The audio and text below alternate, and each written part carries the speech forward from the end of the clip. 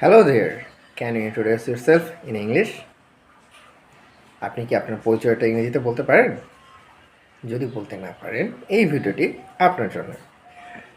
চলুন আমরা শিখি খুব সহজে কিভাবে আমরা নিজের পরিচয়টা ইংরেজিতে বলতে পারি।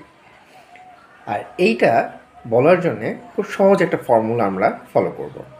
ফর্মুলাটার নাম হচ্ছে I am plus information. For example, I am Hassan ibn Hafiz. I am a student and I am from Chandpur.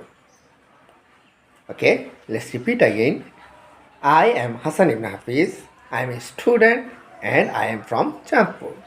For example, আপনার নাম যদি হয় রফিক, তাহলে আপনি বলবেন যে আই এম রফিক।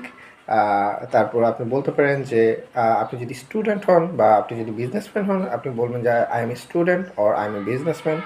আবার আপনি যদি চাকরিজীবী হন, সেই ক্ষেত্রে বলবেন I M a service holder.